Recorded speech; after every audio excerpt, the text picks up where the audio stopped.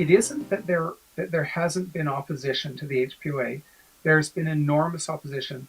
There was a petition with 17,500 signatures that went through the Legislative Assembly.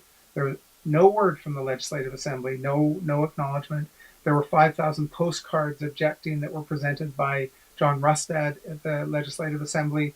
There was a recall of David Eby that was launched in his own riding, his Point Grey riding, and there was over 11% of that population voting to recall the premier in that riding on the basis of his support for the HPOA, and still no acknowledgement of this opposition.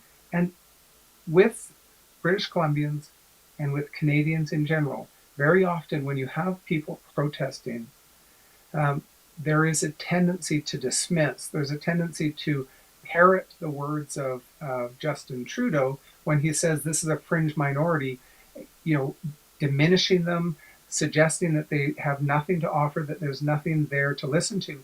But the 11,000, the 11% of the population of the Point Grey riding who voted to recall Eby, these weren't a fringe minority.